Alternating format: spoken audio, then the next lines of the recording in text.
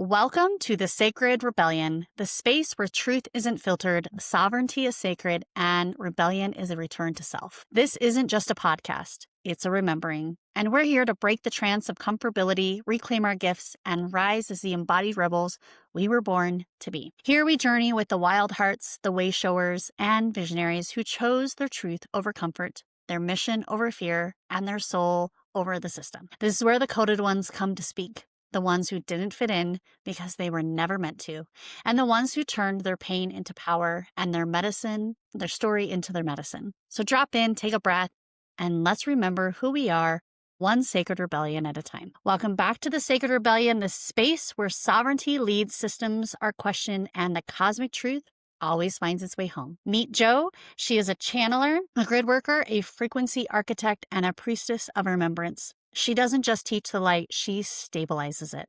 Her work isn't surface level, it's inspirational. It's energetic recalibration at the cellular level. Jo guides leaders who carry crystalline codes and ancient missions to anchor their frequency into the body and lead from remembrance, not performance. Known for her fierce clarity, embodied wisdom, and deep-rooted grid work, Jo helps you feel the truth in your bones.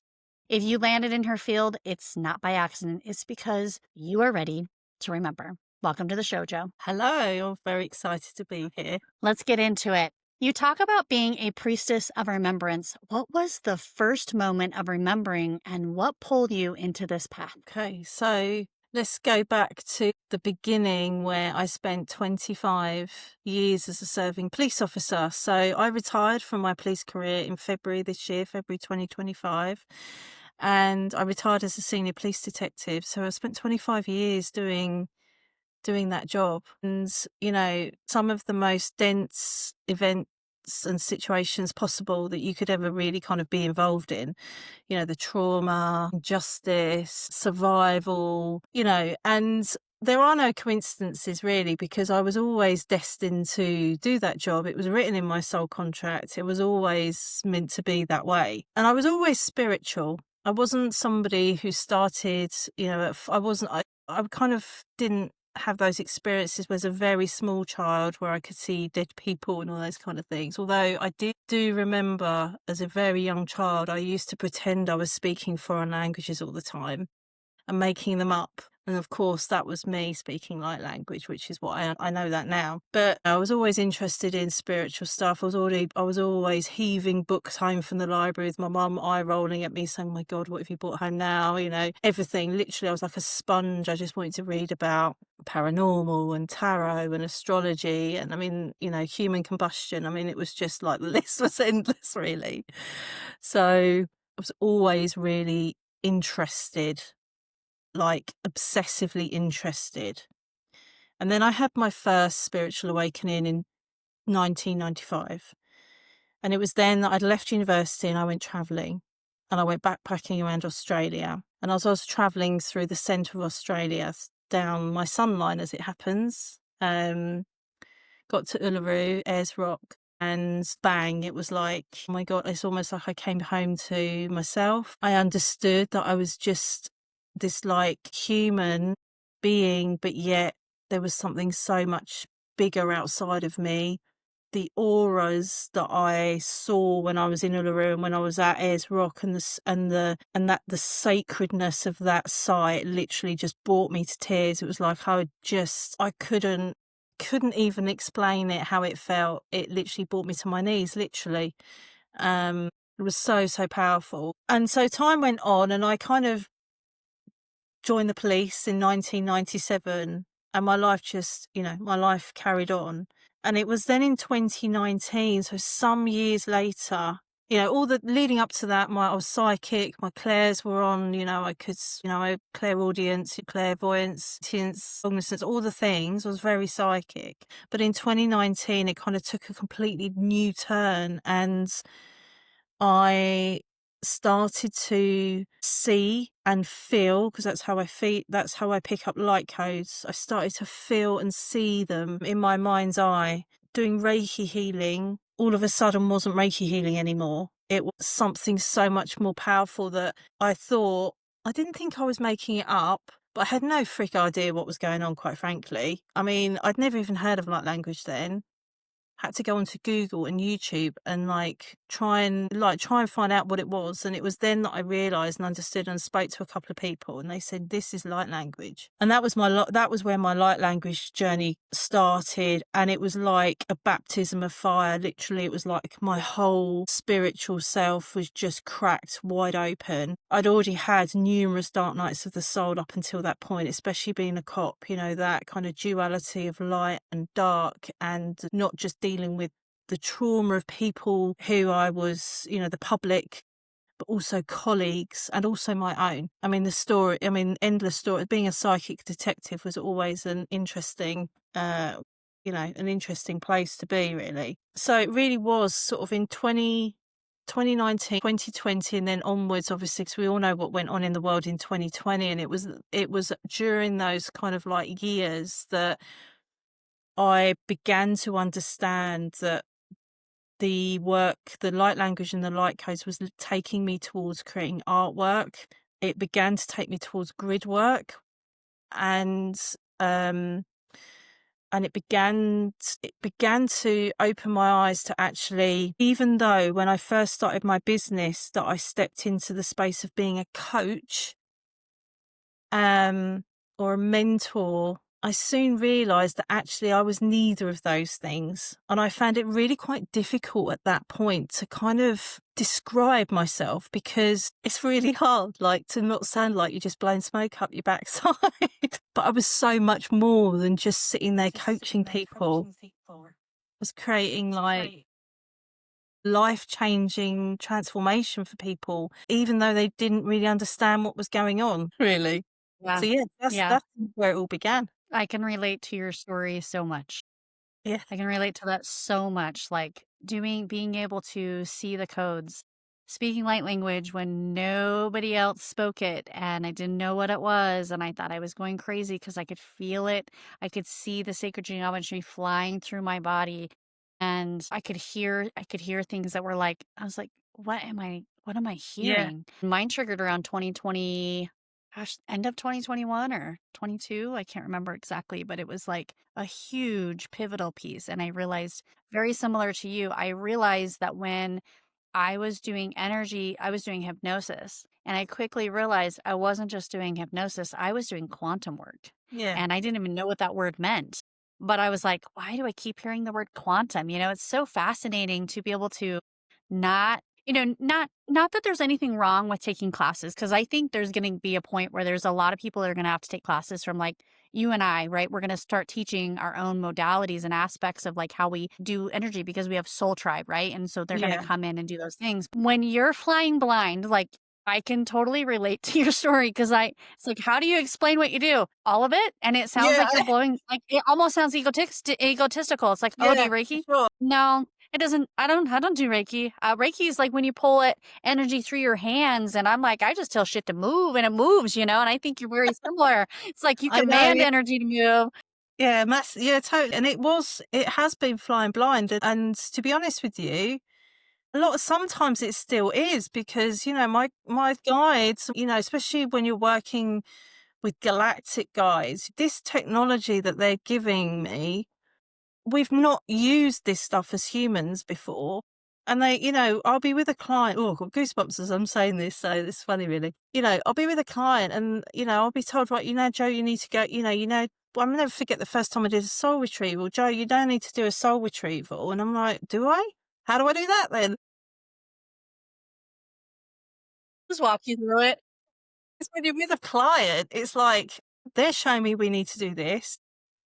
I mean, when it happened, I literally said, I've not done this before, but we have opened a sacred space. I totally trust what I'm receiving. You trust me, so let's do it. Yep. Off we go. It's it's unbelievable, but it's hilarious, really, because it gives a whole new meaning to the word winging it, because but you're not winging it, because you're kind of, you are connected, and and this is like over time, but still, that teaching piece, and Yeah, totally, for sure. Like the tech, and it is that's very sacred, ancient technology that we're being asked to come and use now. And I think that, we can actually, the days of, not that there's anything wrong with Reiki. I'm not a Reiki kind of like, I'm not here to be a naysayer about it at all. I think it's incredible. And actually it was a huge portal for me, but it's almost like that just touches the surface, and there's so much more available to us as humans. There's so much more available to us. So yeah, but it is, and it is just, but we're here to learn, right? It's a journey, and Right. we're Right. never the finished article. And I'm not going to sit here and go, yeah, well, I've nailed it now. This is it, because that's not, that's what then, that's not right, is it? And I'm No, sure you no. would feel the same. Yeah.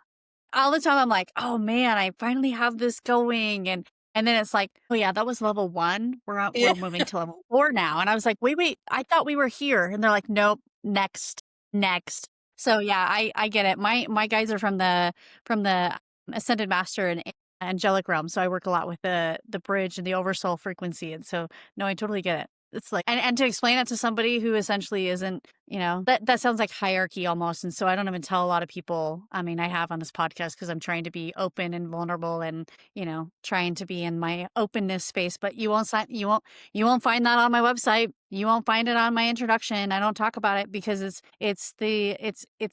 hard to explain to someone who's just going to jump on your site and be like, "What's an oversoul?" You know what I'm saying? Or what's this galactic technology? Or what's this? Or and so for me, it's making it as simplified as possible, even though it's like essentially talking to people you have a PhD and you're talking to people who are in high school. Like it's simplifying it, right? It's not that they're not intelligent enough or can't grasp it. It's just simplifying those verbiages to be able to communicate. And I find that's one of the hardest things for me is to be able 100%. to be relatable, Yeah, relatable. I totally agree with you. And I think, doing this is the thing. It's like, when you see, the whole kind of marketing, and I know we're going off on a complete tangent here, but the whole That's okay. message in the Hello, market, organic. the whole message in the marketing thing is like, it's really hard because, some of my, a lot of my clients are spiritual entrepreneurs. They've got their own business, and that's one of the hardest things I think that people find, is being able to explain what they do in a way that other people will get it. And, we're no different. And it's like, I do talk about those things, but I'm always really mindful is that people, are they reading that and thinking, what the frick is she going on about? So you do have to kind of blend the two so that they can, when they're sitting having their morning coffee and this stuff's going on, they're not thinking, oh, I wonder what's going on in my oversoul today. They're just, it's like, you have to make it You're relatable. like, how am I going to reach my oversoul family today? Yeah, That's where I'm exactly. headed. Yeah, how do I get through to the collective oversoul today? It's all this kind of stuff. Yeah, I mean, it feels big, a lot of this stuff, and I know that, I'm not here for small things. I'm not here for small things. I Yeah. know that. Right. I'm Yeah. not here for small stuff. And every day is something, like you say, something else. You just think you got to grips with it, and they're like, no, have this as well now. Yeah. How uncomfortable can I make you today? That's what I always laugh. I swear that's what my guides are up there planning. They're like, how uncomfortable can I make Michelle today so she grows a little more? You Yeah. know? No, Yeah. how Like our much normal is further uncomfortability. how much further can we push the edge? We always say Yeah. that we want to be pushing to our edges. I feel like my edges are going off the cliff. Yeah. I think that should be in our description. We didn't jump off the cliff today, but we're just on the brink of it. Yeah. Just Yeah. No, I completely get it, and it's so interesting to be in the spiritual community and essentially see diversity, and it's, nothing against Reiki or tarot reading or anything, but it gets to a point where those are tools to help you essentially move forward, right? And it's like I started out as mediumship and then have moved myself into hypnosis and then quantum healing and moved myself forward. And I got certified in Reiki, but I knew I intuitively already, I was like, why am I learn I thought this was more in depth. Nope, sure isn't. Like, it was so natural for me to, like, put my hands on something to heal energy through the hands, and so I love that you're pushing those brings and that you're essentially bringing in, that level of clarity and awareness and the ancient technology and information that our frequency, our Earth can actually now hold today compared to, gosh, in the 80s or 90s or 2000, the Earth's frequency is different. And so that is where that, like, ability to be able to anchor in frequencies to help people move at a faster rate. It's like you Yeah. don't have to wait anymore. You can anchor it in, right? So that leads me to my next question. Can you share what it means to be a human anchor for the ancient? How do you experience that in your day-to-day life? In my day-to-day life, to anchor, I think I just want to talk about what does anchoring even mean, because I think we hear that word used a lot. What does that actually mean? And I think that, as we go on an awakening journey, as you begin to understand, the quantum and, energetic intelligence and all that kind of stuff, you start to move out of the 3D into 4D, where you feel all the feelings around, the conspiracy and all of that stuff. And then you start to move into that 5D space of expanding your consciousness, don't you? And this is where we want to be activated. We want to start receiving the activations. It's not so much the healing anymore. It's now I want to be listening to light language. I want to be activated. I am an activator. That's what I do for people. But, and we start to, we want to go on courses and we want to learn new things and we want to understand how to connect with our guides and how we can connect how we can connect in with our galactic guides and how we can, do all the things through the different dimensions. And we're bringing all this light in, and our bodies are getting fried. Our bodies are kind of like almost getting to the point where we're actually getting burnt out, but not burnt out in the concept of, oh, you've just worked too much and you've not rested enough. It's a little bit more complex than that from my perspective. And obviously we've got all the stuff that's going on externally to us as well, not just the things that we're actually kind of like making decisions and choices over. We've got the solar flares and we've got all this stuff going on as well. Because as Gaia's raising, we're going with her and she's wanting us to help her. We're here to help her. What happens is that as we're bringing all this light in, and I've been there, we're bringing all this light in, you're doing all these things, you're doing all the courses, doing all this stuff.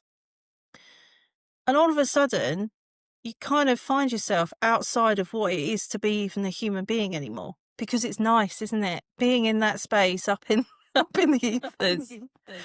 We all want to spend time up there because it's beautiful and there's love and it's unity and it's like, it's such a nice space. But actually, ultimately, we're humans having a human experience, and we are needed to have that human experience, not just for our soul's evolution, but doing the work that I do, that you do, that so many people do. We are here to do this work, and in order to do it, we have to be human while we're doing it. So the anchoring in is that aspect of being able to do the light work whilst being human, whilst going to the shops, whilst,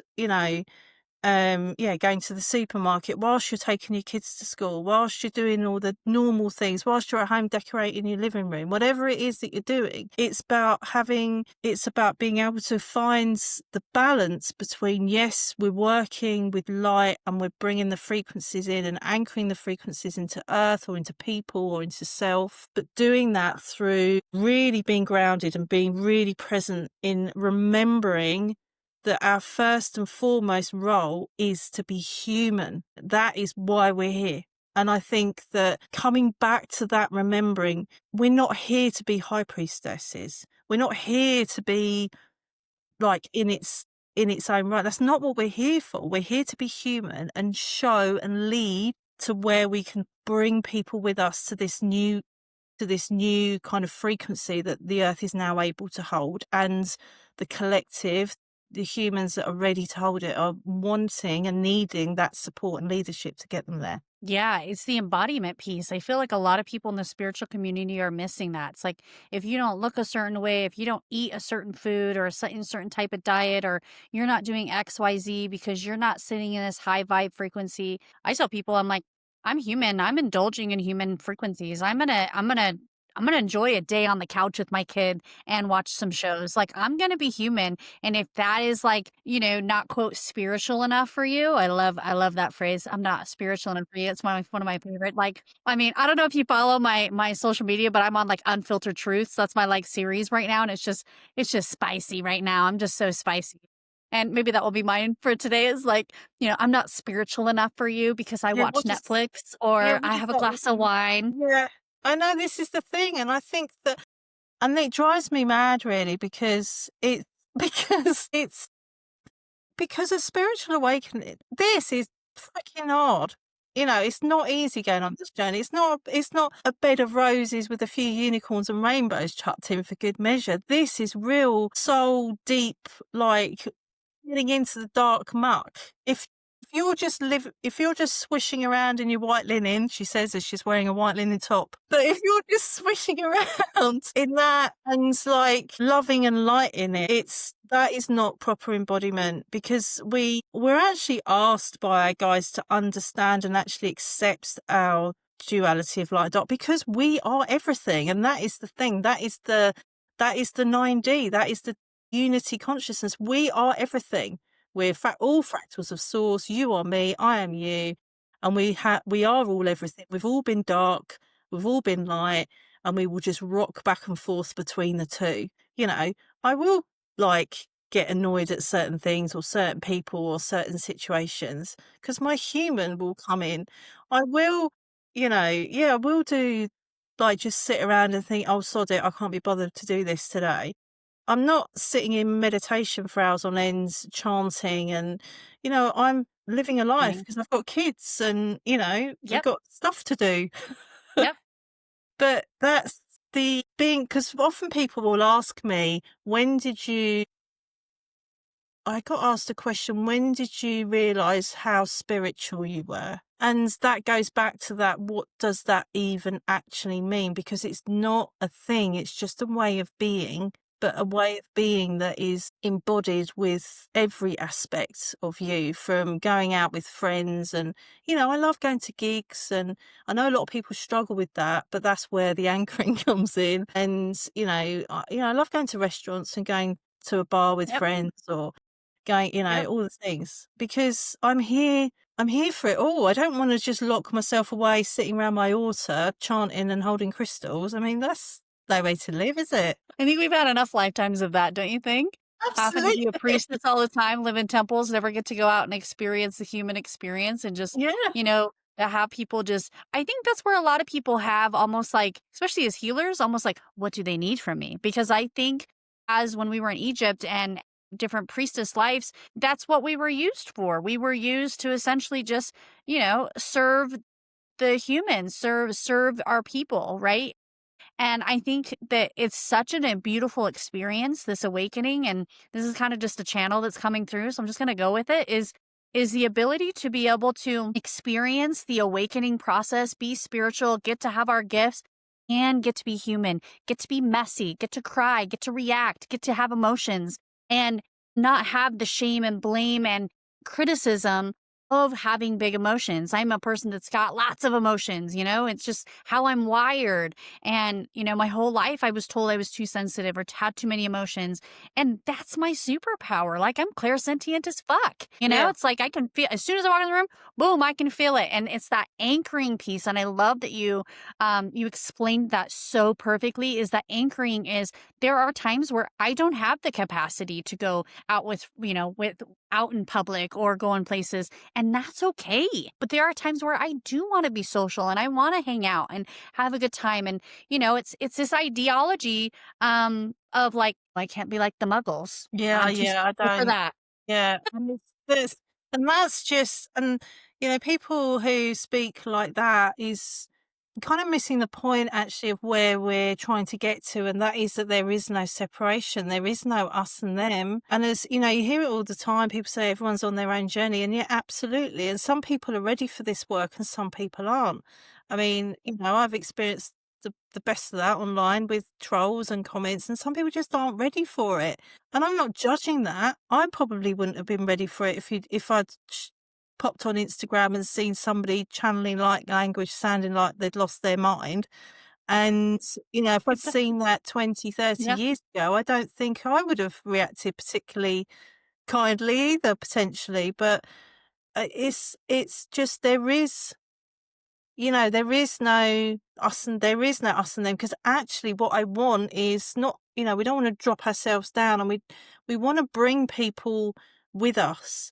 Uh-huh. And Uh-huh. and I think that some people who don't want to step forward and actually really realize their gifts that they've got, and really kind of drop in so much deeper than what they're already doing now, is because they fear that they're behind in some way, or that they're just not going to be able to do it. And actually, no, that's not the case at all, because some of us just get thrown at it, and because that's part of our contracts, and other people need people like us to actually help show them that this is available to them, and actually activate and crack them open to get to it. Yeah, it's being able to essentially, I'm going to back up a little bit. I love how you said something about blasting light and the embodiment piece of that, because in actually one of my previous podcasts, we talked about how, like, maybe 2 years ago, that was kind of the way we did things, right? We blasted light through people's bodies to move energy, to clear density, whatever. And I feel like a lot of us, and I'm thinking must be you too, and just some validation. I feel like personally, me, and I know a couple of other healers, we've kind of stepped more into the feminine aspect, where it's just you allow the energy to move through the frequency instead of blasting light, and just watch the energy do its job, right? Whether it's moving the light slowly, maybe it moves it quickly, maybe it alchemizes it from hot to cold. Whatever it does, it doesn't need to be blasted. Right? It's that softness, because the feminine is soft, I mean, you can have the fiery dark feminine where she's a little bit feisty, and I definitely am probably more dark feminine than I am the light feminine. That's just who I am. Like, I've always been that way. And Scorpio, so Me definitely have too. those Me aspects, too. right? And Me so you too. probably, yeah, a little spicy, little sexy kind of vibe. Like, that's how I roll. And I always shamed myself so much, because I felt like I'm like, oh, I'm just not feminine enough, because I'm just not that soft, fluffy, divine feminine. And it's like, it doesn't have to look that No, way. It can look however you want it to look. And I love how I read in your bio, you say people are broken or blocked. They're just unanchored. I say the same thing when people are like, I get into container, I'm really blocked. I'm like, ugh, don't say that, well, you know? it's just not true, is it? And I think I love that about moving the light. It's almost like allowing it to actually flow through the body, because actually as that energy that, is in your body that doesn't really serve you in some shape or form, whatever that looks like, whether it's entities, attachments, or what. I mean, obviously entities are a bit different, because you would want to really Yeah. Yeah. extract that. For things, Yeah.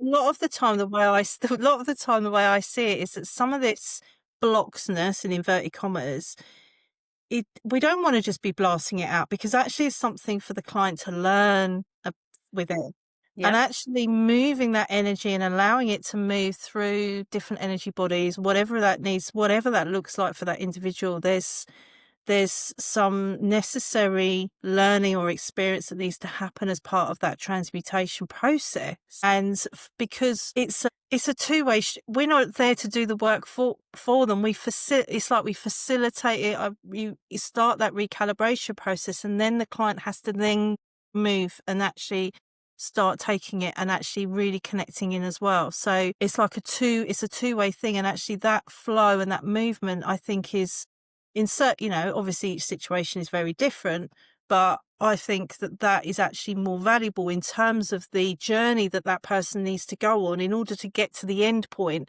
rather than getting to the end point and still feeling freaking unanchored because they've got no clue what's just happened. and I haven't really had any integration opportunity or all of that stuff. And it actually can be really discombobulating, even more so. And they could end up feeling almost like, well, I've certainly had experiences where I've been blasted with stuff and I've come away and I felt worse than before when I went in. Yeah. So, because it's not integrating, it's not integrating in the body, because our human bodies need time to catch up. Our physical vessel needs time to catch up. So, yeah. Well, and also when you're doing, I mean, there are times where I tell people I just did the 6-6 portal and I feel like that was like a huge portal. And, I had someone say that they were just like, man, I was so tired for like 24 hours. And I'm like, okay, but you also have to consider how many solar flares have we been having? What's the Schumann resonance looking like? There's a lot of dense energy coming through.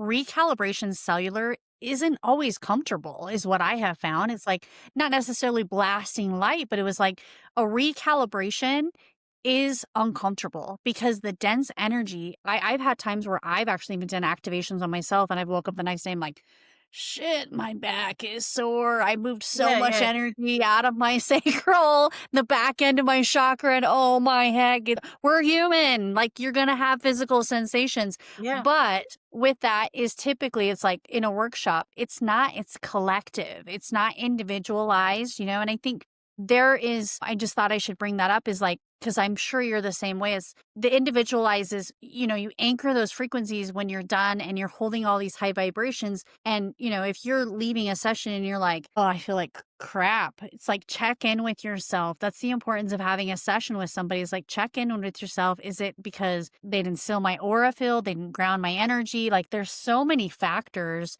when it comes to feeling that kind of unanchoredness. Cause I've even done that to myself where I woke up the next day. I was Yeah, like, no, woo, 100%. I have a hangover today and it Yeah. wasn't from alcohol.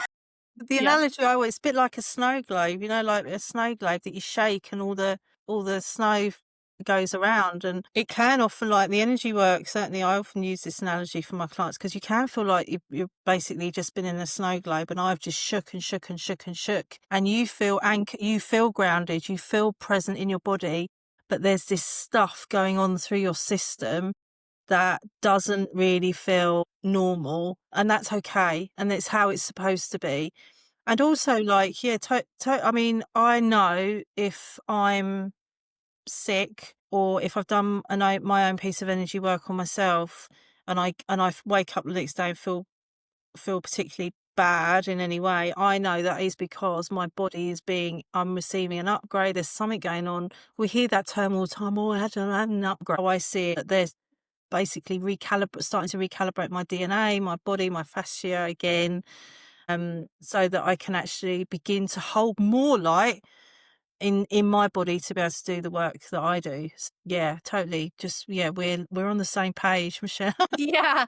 Yeah, well, I just think so, I have found people where they're like, "I just felt like crap after I worked with so and so." And I'm like, "Okay, but what was it? You wouldn't have been called to work with somebody." Now, there are some, we won't name names, but I'm sure healers out there that are siphoning people's energy and it's a dark frequency that's coming through, but the thing is you still have a contract with that person that you were supposed to learn something. So you could discern. That discernment is a massive key for so many of us that we've had. I'm sure we've all had run-ins. If you're listening to this, I'm sure you've had a run-in of someone who's, infiltrated, dark frequencies from their own frequency into you. And it's, you can also have that experience. And I always tell people, if you're feeling a little staticky and you're channeling, it almost sounds like, like the radio when back in the day when they had the FM, XM, radio, and you'd have to turn it. I can actually hear that when my frequency's off, and I'm always like, okay, time to dial that sucker back in, but it's almost for me, sometimes when I'm going through upgrades, I need to like completely disconnect from this spiritual realm just so that I can kind of anchor in, that Yeah, energy to be able to hold that frequency. And I see this a lot with people who've done like plant medicine too, where they haven't done a lot of the anchoring aspects for themselves. And it's, I tell people everybody is on a learning journey, and, ethics and morals play a huge role in our job. And I think that's really important is to make sure you feel into people who aren't just trying to sell you a pitch, who's actually who's actually taking time to yeah. help you, Yeah, you know? totally. And I think that, the plant medicine and those kind of things, all that ceremonial stuff is, it's incredible. And I totally agree as well that, and I've had my own experiences when I've been to been to places and ended up walking away with more than I bargained for around entities and all sort. I mean, but it's not, and it happens and you deal with it when it happens. But the ceremonial stuff and the plant medicine is lovely, but that just only deals with the consciousness. It only deals at that's the 5D. And we need to move beyond the 5D. We need to be going into the 6. And I think a lot of the time that's where most people stop. They stop at the 5D. Oh, I've got really bad headaches. I feel so knackered all the time. Doesn't have to be like that. We don't have to go through this whole journey feeling shit. It's not a badge of honor because you've got a headache 5 days out of 7 every week. I don't wanna sign up for that. No, thanks. I'm like, I'd be out. I'd be tapping out. Grid work is often misunderstood or mystified. How would you define it, and what does it look like in your practice? So grid work, well, when I first started the whole grid work thing, I'd be walking on the streets and just see these shoots of light coming out underneath us my feet. I'd be out walking the dog at night and I'd be like, what's going on? It's like, Yeah. Did you see that flash? No? Okay, okay, sorry. Yeah, but grid, those are always grid fun. work is like, I see it like it's architectural energy. That's how I see grid work. It's not just about ley lines. It's not just about sacred sites. It's not just about what's going on, under the ground, the vortexes where the ley lines cross. It's not even just about the organic grid of Gaia, which obviously is what, is outside of our planet's atmosphere. And then within the Earth's atmosphere, we've got the 3D matrix grid, haven't we? So it is about those things, but it's also, it's not even just about the Earth. For me, it's about it's obviously about what's on the earth. So we've got, we have got the sacred sites, we've got the plants, we've got the animals, we've got the oceans. It's about us being able to reactivate the ancient coding that exists within our grids, within our planet, and in the organic grid of Gaia. Reactivate those so that we can bring them into our bodies.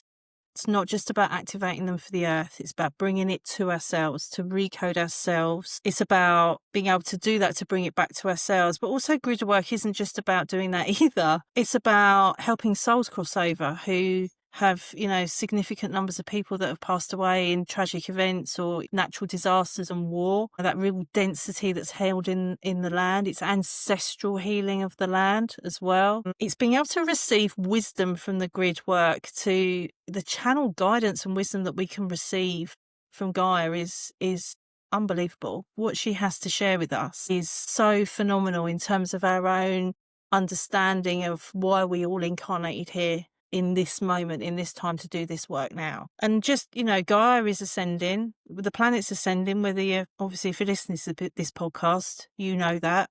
But the people that don't believe that to be the case, it is, whether you like it or not. We're on the precession cycle. It's happening. And it's a call now for us to work with the land, to go back to that place where we feel so connected to the earth now and to the lands and to nature. And it's not the whole woo-woo kind of like, oh, let's just like go hugging trees. Yes, I love to tree hug. I'm a huge advocate of that. Whispering Yeah. with trees, love it, the wisdom, all the rest of it. But it's about working with her, working with Gaia now, not just for her, but it's for the collective, to support the collective energy in those frequencies, and on a personal level as well. So I think grid work is one of those things that is an untapped aspect of spiritual work. There's a lot of talk about people understanding to a point what grid work is. And my guys give me new things all the time about what my role is to play with this stuff. But I just think it's just there isn't actually a huge amount of opportunity for people to undertake grid work, whether it be, in group settings or working online with people or whatever that looks like for people.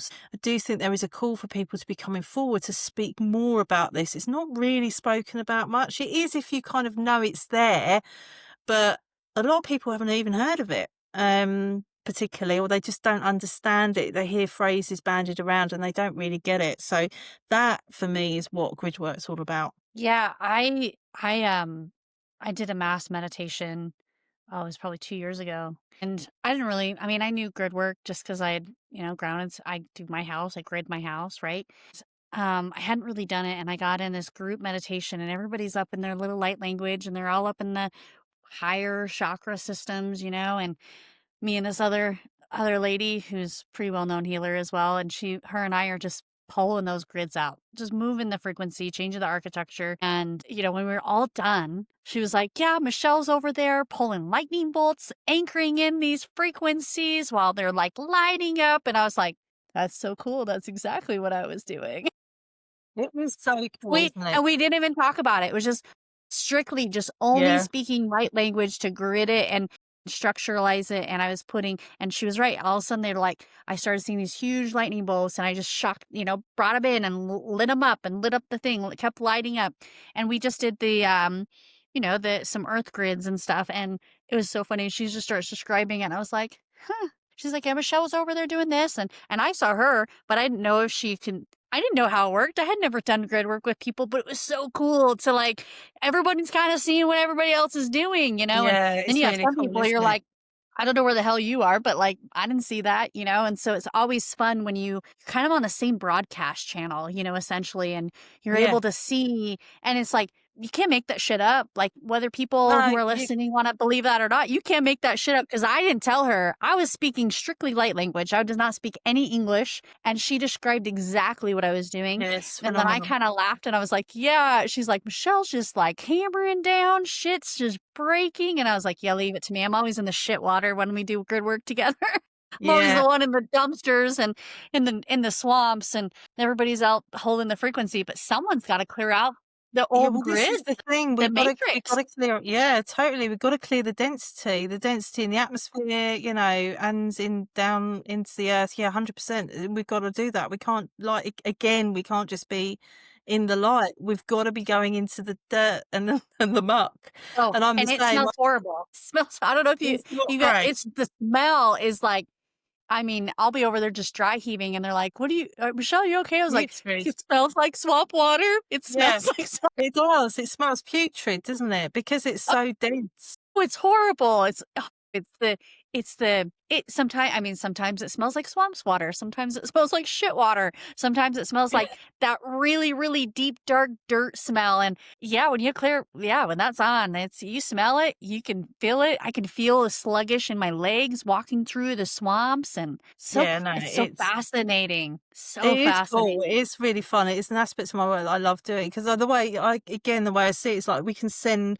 It's like sending electric shocks out, isn't it? And Yep. also, what's Yep. really cool about it is that you can change. You can use it for your personal. It's not just about recoding and the whole anchoring the light and everything, but it's also and gridding your home and having your own grids and stuff. But it's timeline work as well. It's really cool. You can kind of pull new timelines in. You can bring timelines forward you can do so much with grid. Like the possibilities really are endless. So you can do the whole kind of planetary thing, but you can also use it for your own self and all those things. So yeah, it's really cool. And I've got a friend that I do that with, and we just know what each other are doing because you're on that same, you coded to understand what's going on Yep. Yep. Yep. with each other. But yeah, it is very cool. And I think I've never actually gone into the 3D matrix. I don't think I'd go in there on my own. I think I'd go in there with somebody else. I don't know if you've ever been up Oh, there, but it um was it was have you ever been it up was a there? group. Yeah, it was a group. We did some 3D stuff on the fires. I think it was almost a year ago. And yeah, I was down there just through swamp water, and everybody else is and there was actually a male with me as well, and he was like, "Michelle, do you know what these?" He messaged me. He's like, "Do you see these money bags?" And I was like, yeah, and we're in the tunnels essentially, which we all know there's tunnels. I mean, through the entire world, and that's typically where I find myself a lot in grid Yeah. work to anchor in the 3D is in the tunnel systems, and that's actually how I've learned a lot about different beings like Nephilims and different fallen angels, and is essentially doing grid work because I didn't know. I mean, I remember the first time I did grid work. I had done it in my sleep and I had full cognitive memory, and I woke up and I was like, "What in the hell is a draconian? Like, what is that?" Yeah. And so I'm Googling, I had no idea. It was 2020, 21. And I was like, what is a draconian? And I just remember I woke up and I was like, I had the oddest dream. And my husband was like, what? And I said, I had a dream I was on this red planet but I think it was earth, but it looked red. And I was like, I went into these places and there was like poop everywhere. It's like, and I could smell it too. I was like, just dry heaving. And he was like, where were you? I was like, I don't know. I was putting keys in like different parts of the system. And he was like, keys, what do the keys look like? And I don't remember if he even remembers this, but they looked like, skeleton keys. It'd And I be was like just putting them through. probably light keys. It's Yeah. probably light keys, but your mind showing it in a way that you can comprehend it as a key. Yeah. And I and mean, I had no I was like, I was like doing hypnotherapy. I hadn't done grid work before. In my sleep, I'm doing grid work and then I get in this little like spaceship. It's like kind of looks like a car, but it's like a hover car. And she was like, are we going to the next location? I looked over it. It was so cognitive. And I remember looking at her and go, what next location? She where goes, are we going? yeah, where are we going? And she's like, well, we have to deliver all these keys. And I was like, wow, this is okay. Like, and the car knew where to go. I had no idea, but she acted like I should know I was the one driving. I had no clue. I was like, I'm just winging it, you know? Yeah, that's hilarious. But it's the same. Like when I was doing Reiki on clients and stuff, I'd be standing over them, and all of a sudden I'd just see like their grid basically, and I'd see it on that, and then it'd be raised up, and it'd be above their body, and I'd see all the coding in the grid, and I'm like, oh, what am I doing? Oh, it was so cool. And I'm just like, oh, this is interesting. And I do see that obviously still with clients now, but I was like, my Reiki master never taught me this. This Where was wasn't that in the book? manual. So funny. But it was so cool though, because literally, like it's like the Matrix. Like I'm looking Yeah. at like, Oh, all yeah. this all Yeah. this coding above this person's body, and I'm like, well, I need to move that over there, and I need to shoot a bit. And that's grid work too. There's so much to it. So much to grid work. Yeah. Yeah. I love what we're talking about this. Yeah, we kind of covered most of the questions I have. What happens when someone leads a business or mission without being properly anchored? What happens? There's a number of things, I think. I think that they can end. It's almost like you lose sight of what it is your actual mission is, what your true why is, because there's this need to make yourself too relatable, which goes back, actually swings back to what we were talking about at the beginning, but there's that fine balance, and then you almost water everything down, and then you can't actually fully speak your truth. And that people want to lead with authenticity. Authenticity is embodiment, because most people think, I want to be authentic. And when you say, well, what does authentic mean to you? They're like, I don't know, actually. I don't know what authenticity means to me, actually. And it's that embodiment piece. And it's the coming back home to knowing that even when nothing makes sense, even when you're being given stuff that you're just like, why am I being taken over here? Literally in the middle of a client session, you have to trust it, because they're telling you that you're ready to step into that, and your client's ready to receive it, because it's their guides that are also saying this is where we need to be going to. So I'm never, it's not very often, I'm working with their guides, not mine. Their guides are saying the client's ready for this. This is what you need to be doing. And I think that the other thing as well, if people aren't anchored as they lead through this, you can become vulnerable. I don't really like that word actually, but you can become susceptible or open to energetic leaks yourself, which can then, you think you're overworked and you're burnt out and you're really tired, but actually what you're doing is that you're just not taking care of your own energy, basically. You're not clearing yourself, and you're not being really hygienic when it comes to your energy. I see that a lot. Yeah. And we've all done it, because we're all human. And it is more than just the divine masculine, divine feminine. There is obviously a place for that, the doing and the being and all of the rest of it. But there's this, for me, as to truly anchor in, it's to just, I think the really biggest thing is to come back to, why the hell did you start your business in the first place? Why did you start doing this? Why did you want to lead people on this journey with you and take people with you and want people to walk with you? Because I just think we are in such a world now, especially with the online space, where we are just receivers. We receive all day, social media, the stuff coming at us. And actually what we're receiving isn't anything to do with why we started this in the freaking first place. Mhm. Mhm. And I certainly know that when I'm feeling unanchored or I'm feeling a bit like I'm losing my way a little bit or something's distracted me or I'm kind of getting too much in my head, the first question is I just go like, why, what is it that you're here to do, Joe? Why are you here? What is your purpose here? What is it that you're trying to achieve? The journey you're taking your clients on, that is the biggest, "Oh, okay, yes, and I can breathe and all these things, I think, breath work, all of it, but ultimately for me, that's the biggie. That's the Yeah. biggie. Yeah, and I also think that having that why aspect in your business is, owning a spiritual business is not for the faint of the weak. Just so you know, it's not. And those that are listening, I know Joe knows this because I'm sure she's experienced this multiple times where it's like you are experiencing your own healing and you're also experiencing that mirrors in your business. So I've noticed like when I'm going through big leaps, my business also goes through big leaps and it mirrors those things in my life. When I don't resonate with who I am, I don't resonate with what I'm offering, right? Because it's like that constant, and I don't like to say constant. It feels like it's just like with anything, I always relate back to nature. Nature is like one of my favorite teachers because it teaches us that there's always a season and there's always moving forward. Like and I love how you are very similar to me. I don't believe in blocks but I also don't believe in being stuck because nothing in nature ever is stuck. No. A weed can grow through the tiniest crack in a bit of concrete. Yeah.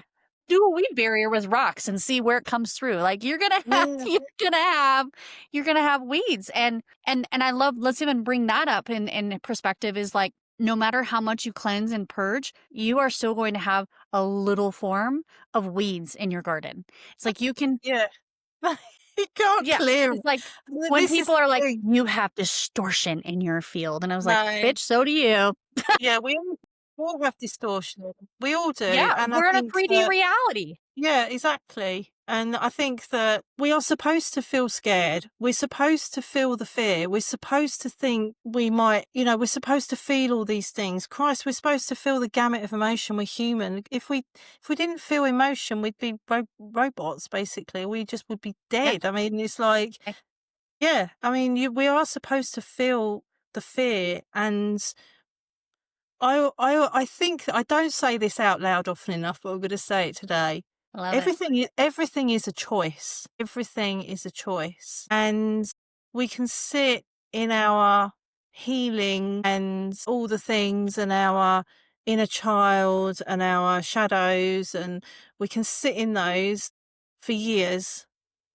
But ultimately, you either want to change or you want to move forwards, not change, but you either want to step in and trust or you don't. It is a choice.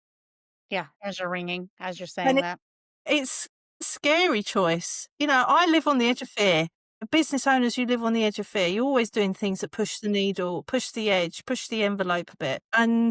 Because, and I know it's a really the cliche, there's no growth in your comfort zone. Well, there isn't really, but your guides will push you beyond your comfort zone because if they'll see that you're too comfortable and something will come crashing down around you and will stop working, or you'll have a dark night of the soul, or oh God, the list is endless really. But I think that, I know for a fact that I was a cop. Part of my soul contract around the shadow work for sure. And I can spot a shadow a mile off. And I know how to get someone to move from the dark shadow to the light one. And that's the 3 and the 4D work, basically. That is what we're here to be doing. That is, it's all that kind of what you're faced in your reality, and then what all the, well, I might not be good enough, and the self-worth and the fear of abandonment and the fear of judgment and all that kind of stuff that sits in the 3 and the 4D. And then we do the work and then we move through it and start to evolve our consciousness, don't we? We start to expand and think, actually, yeah, there's more, and then we start to evolve that consciousness level, and then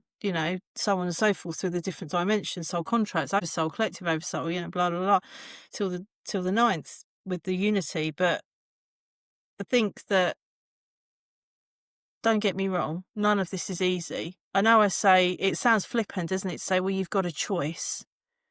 And that choice in that moment might feel like a life and death. Oh my God, if I do that, because it can be, can't it? Your oversight, it could be literally you fear death. I've been in those situations and discovered a distortion in my oversoul that said, "Oh, if you show up again like this, you're going to die." Basically, it's that deep. It runs that deep. It goes way beyond shadows. It goes way beyond that. It goes way back. But it's almost like you have to understand every aspect of it. But yeah, it's a lot of the time, I don't think that it isn't for the faint-hearted, and it's meant to sometimes be uncomfortable. It's meant to be uncomfortable. My guides say all the time, we know this is the phrase I come up with all the time. We know this isn't easy. We know your human finds this difficult. Yeah. They see it for Yeah. what it is. Yeah. Yeah. I consent is a huge consent and choice. It's a huge thing.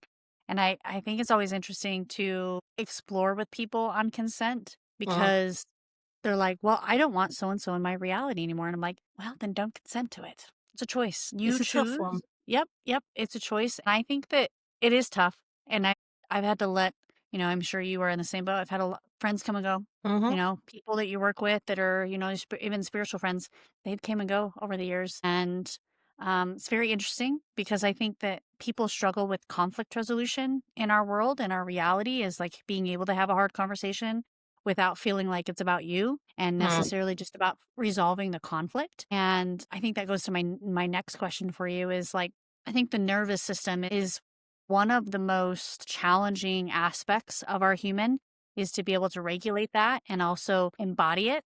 And I think a lot of us star seeds and people who identify as star seeds or even people in general, a lot of people are uncomfortable in this, I call it the meat suit sometimes because sometimes it feels like a meat suit. Yeah. I'm like, for me personally, it's like, go sit and do yoga and see how uncomfortable you are in a meat suit because it will tell you. And I would just love to know how do you work with the nervous system as a gateway for the multidimensional embodiment? So with that aspect, with the nervous system, there are a number of aspects really.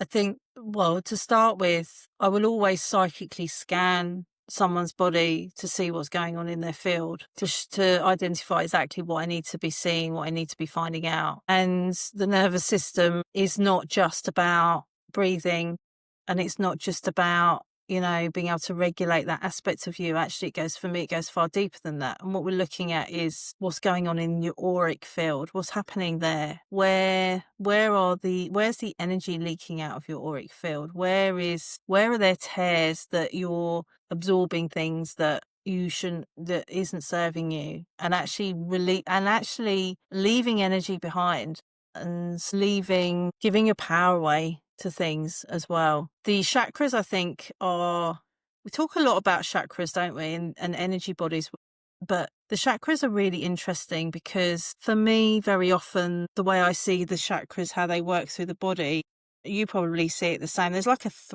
thread of energy that runs through them. They're not just these individual points because they get talked a lot about that. That's how I learnt about chakras when, way back. Yep, But same.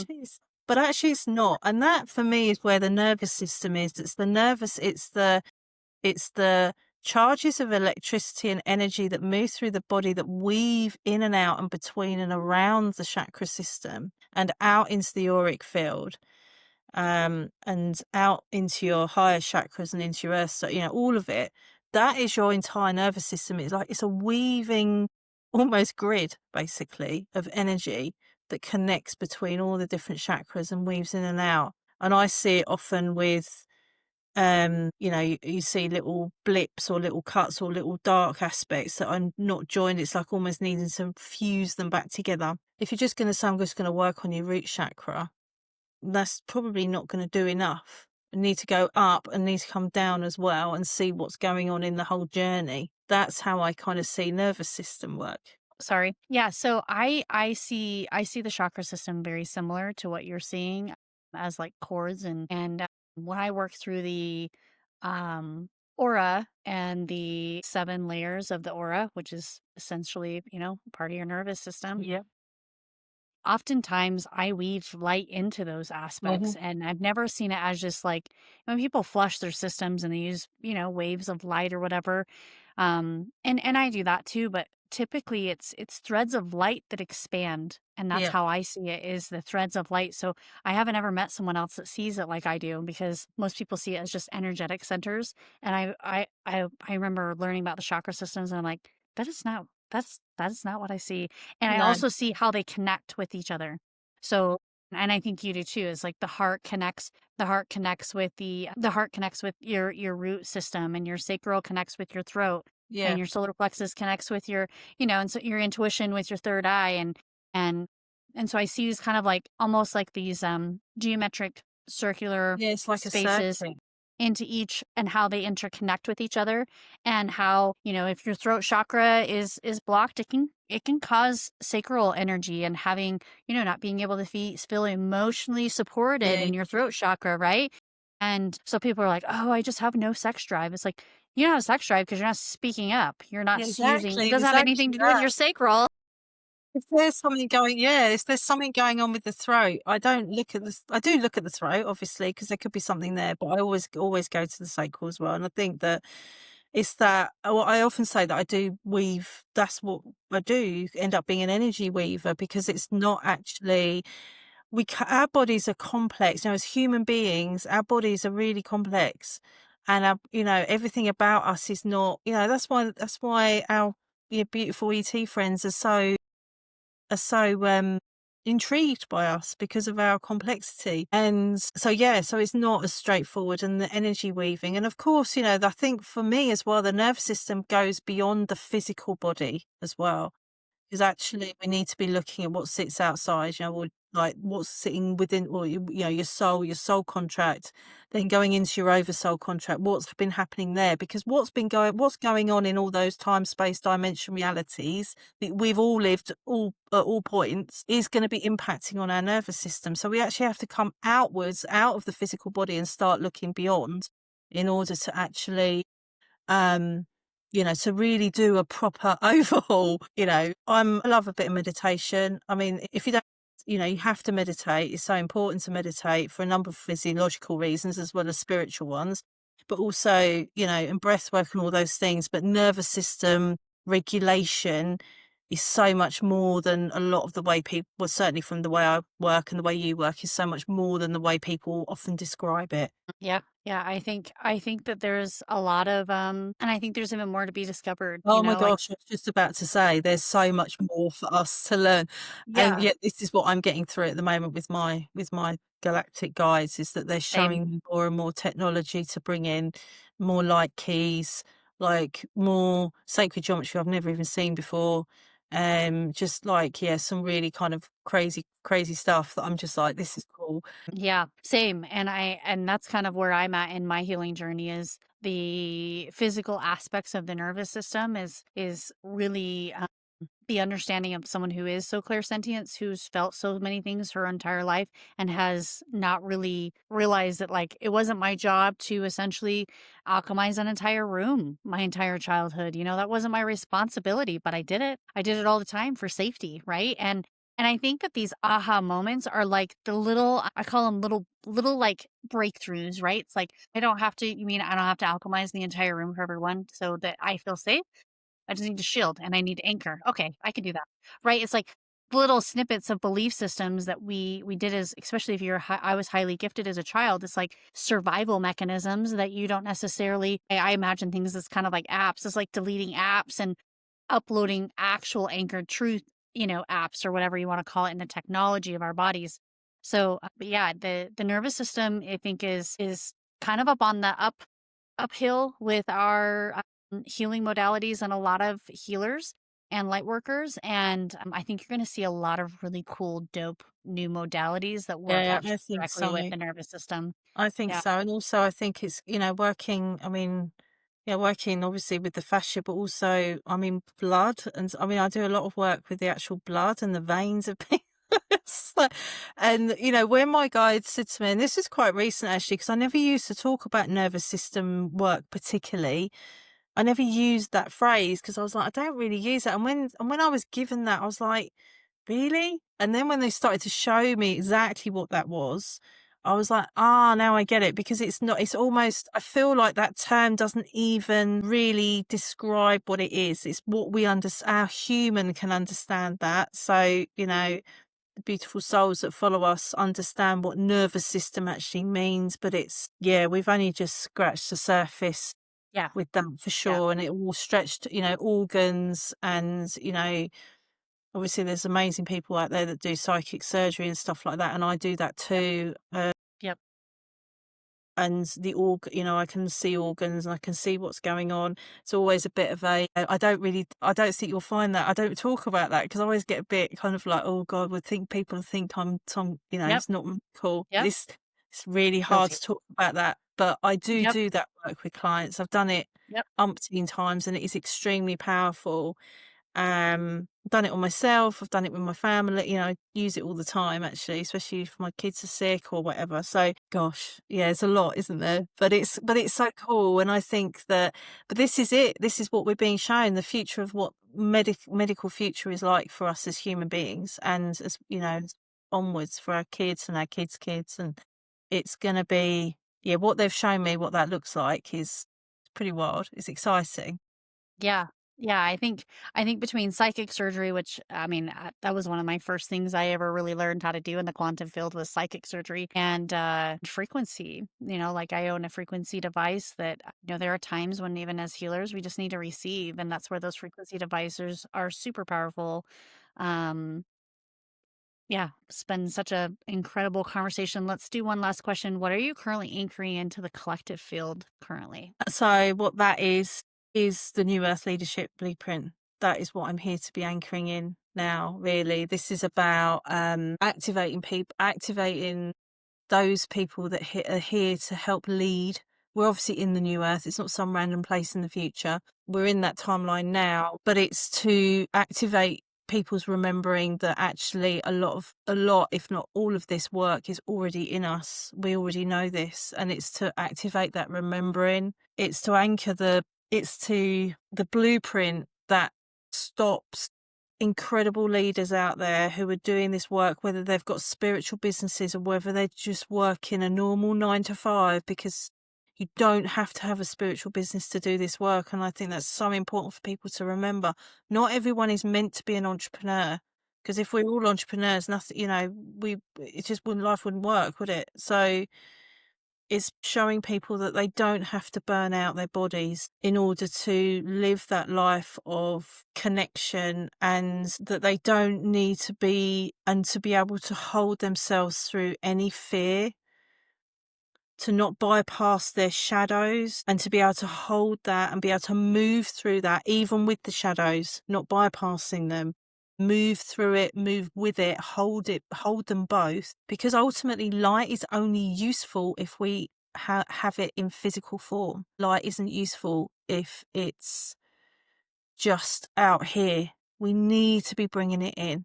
So for me, I mean, obviously my collective work, putting my light language out there and, people receiving, but ultimately that from a collective perspective, what I want people to receive from my world is that. That's beautiful. Absolutely beautiful. And how fun. I mean, I'm like you. I think it's just fun. I It's don't get very burned fun. out.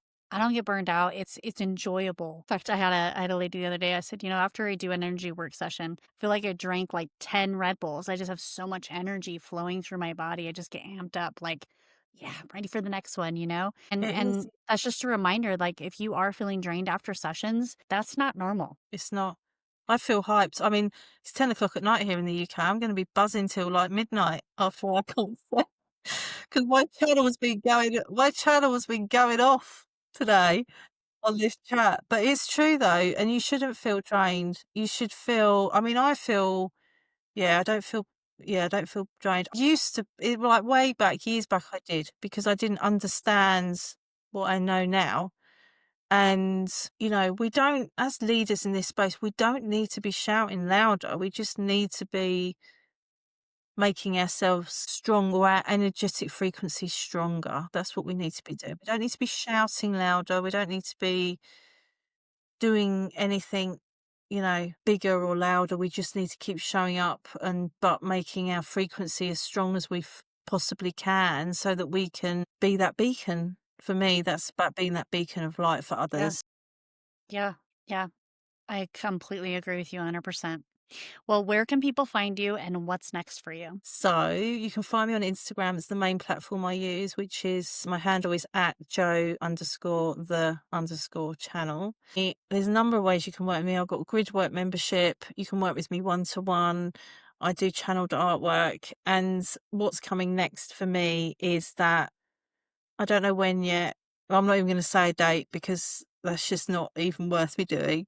But later this year, I'm going to be launching something very exciting, which is a mastermind where I'm going to be supporting people who already speak light language, who already communicate light language, to give them the technology and the knowledge that my guides are giving me to share so that they know where it's coming from, what to do with it, how to use it, who's giving it to them, where in the body, what it's, and all the things. I don't even, the curriculum's wild that I've got so far. It's like nothing else that I've ever seen out there. So I'm excited but that's coming later this year, all being well. Yeah, that sounds exciting. I think it's really needed too.